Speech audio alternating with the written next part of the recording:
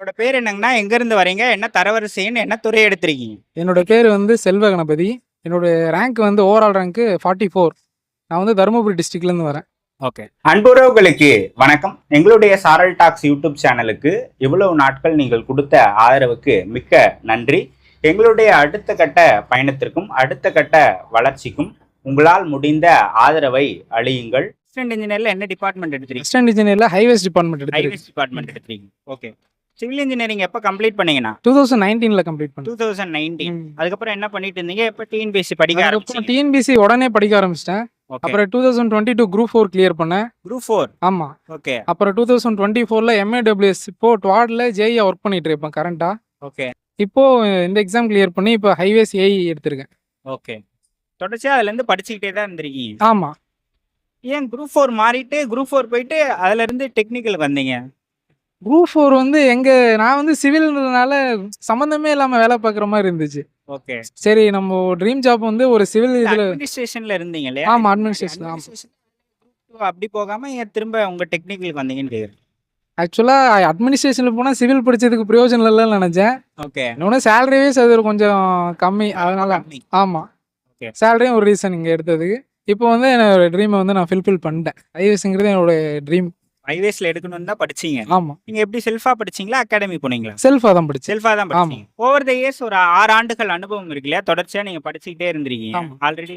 அந்த அனுபவம் எப்படி கை கொடுத்தது செல்ஃபா படிக்கிறதுல உங்களுக்கு? செல்ஃபாக படிக்கிறதுல பார்த்தீங்கன்னா நான் வந்து கொஞ்சம் கூட கேப்பே விட மாட்டேன். கன்சிஸ்டன்சி இஸ் த கீ வந்து அதுதான் என்னுடைய மந்திரம்னு வச்சுக்கோங்களேன். ஓகே.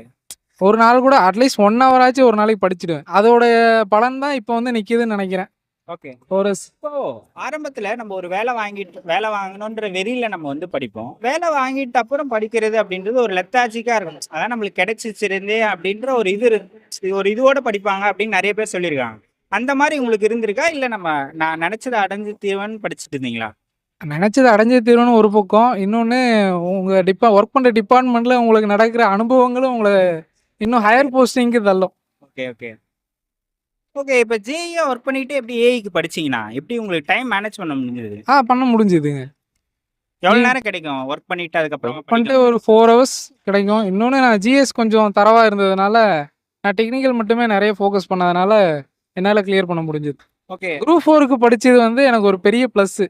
ஓகே. நான் வந்து ஜென்ரல் நாலேஜ் ஆல்மோஸ்ட் நல்லா ஹை ஸ்கோர் தான் பண்ணுவேன். அதனால் நான் டெக்னிக்கல் மட்டும் கொஞ்சம் ஃபோக்கஸ் பண்ணி இப்போ கிளியர் பண்ணிட்டேன். ஓகே. எவ்வளோ ஸ்கோர்ஸ் பண்ணீங்க ரெண்டுத்துலையுமே? டெக்னிக்கலையும் சொல்லுங்க, ஜிஎஸ் பேப்பரும் சொல்லுங்க. ஜிஎஸ் வந்து இந்த வந்து 78. 78 கொஸ்டின்ஸ். ஆமாம். ஓகே. டெக்னிக்கல் வந்து 144. 144. ஆமாம். ஓகே. புதுசாக படிக்க வரேன். இப்போ நான் படிக்க வரேன். நான் சிவில் இன்ஜினியரிங் முடிச்சிட்டேன். இப்போ ஏஐ ஆகணும் ஆசைப்பட்டு படிக்க வரேன்னா எனக்கு என்ன ஆலோசனை சொல்லுவீங்க? நான் எங்கேருந்து ஸ்டார்ட் பண்ணலாம்? எப்படி படிக்க ஆரம்பிக்கணும்? ஜிஎஸ் பார்த்தீங்கன்னா ஃபஸ்ட்டு ஸ்கூல் புக்கு. நான் இது வரைக்கும் அகாடமி புக்ஸு ஜிஎஸ்க்கு தொட்டதே கிடையாது.